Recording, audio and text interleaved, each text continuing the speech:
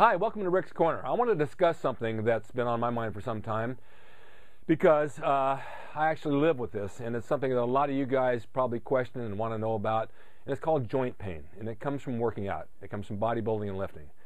Now, back in the 70s, in the golden years, we all trained pretty heavy. My bench was 455. I was doing standing dumbbell presses from the 30s all the way up to the 80s, and never thought much about repercussions, what's going to happen later in life. Heavy weights. I know we all want to do them. We all have big egos, and we all want to lift a lot of weight because it shows power, and of course it makes us feel strong, and it feels good at the time. But later on in the years, your joints can't take that. It's too much strain on the cartilage, on the tendons, and things rip, and things just don't work out. It's okay to go a little heavy once in a while, but when you're straining and you're really pushing that last rep and you're doing it week after week after week, you're destroying yourself. And you can still get size without having to do that. So I have a little bit of advice in your workouts. Try to use a medium weight. Try to use a little bit more reps. Take a heavy day maybe once every 2 weeks instead of every workout. I see guys in the gym right now trying to bench heavy every workout 3 times a week, and they're straining and they're trying to get all this weight on, and they're killing themselves. It doesn't even develop any muscle. It just tears the joints up. Now, I go to the gym and my elbows hurt, my shoulder hurts, my knees hurt. I get up in the morning, I take 2 ibuprofen, even go work out because it hurts so bad. And I don't want you to feel this way as you get older.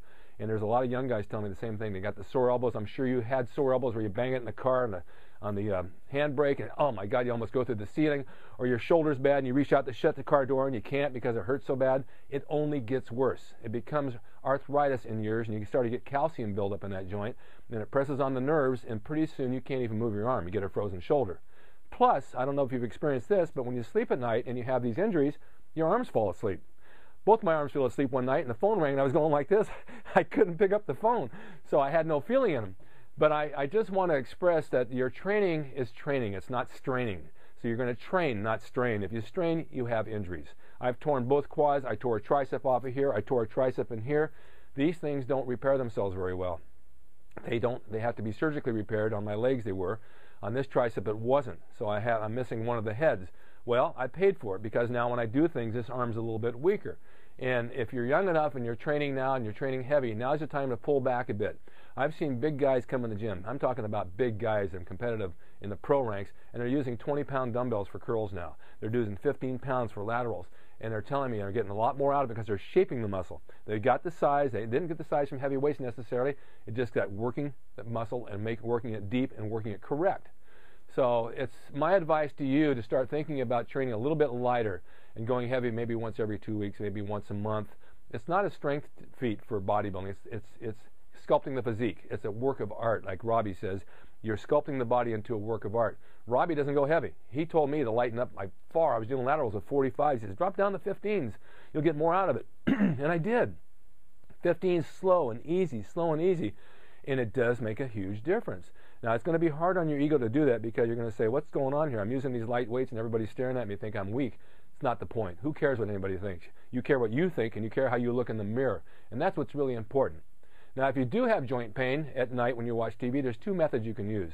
Ice for inflammation, of course, and heat to reduce pain. So you can do both. You can use a heating pad or you can use ice. If you have arthritis, there's a drug out called Celebrex. Now, Celebrex has been on the market for a long time, and it really kills arthritis pain. I take it maybe for 4 days, and then I stay off for 3. But it definitely improves my workouts. I can actually walk and move and do things I want to do. If that doesn't work, Tylenol works very, very well. Ibuprofen works very, very well. The 2 are great. Don't overuse them, but use them to train. It will mask the pain. But also know when you're masking the pain, you want to go a little bit harder because you don't feel the pain. So when you don't feel the pain, you go a little bit harder, you might rip something. So it's kind of a catch-22. You've got to know where to draw the line. But this is my advice to you. It's a tip of the week from me. It's part of my Ric Corner to help you guys get ahead and have the bodies that you want. So please take my advice. When you start to feel things not going right in the shoulders, and I know it's going to happen from the bench presses for sure, behind the neck press is the worst thing you can do. It throws your shoulders out of line, and later on you're going to have big problems through the traps and the shoulders. Those things you got to watch. Overhead tricep movements, they're okay, but if your shoulders are bad, you can't do them. Heavy squats, I don't know. I saw a guy rip his quad off doing a heavy squat. He fell in the gym and ripped it right off. Medium weight works best. Just increase your reps a little bit. Increase your protein. Watch your carbs a little bit. You'll have the body that you want. So that's my advice for sore joints because it's going to happen sooner or later. Maybe you can prevent it by listening to me now.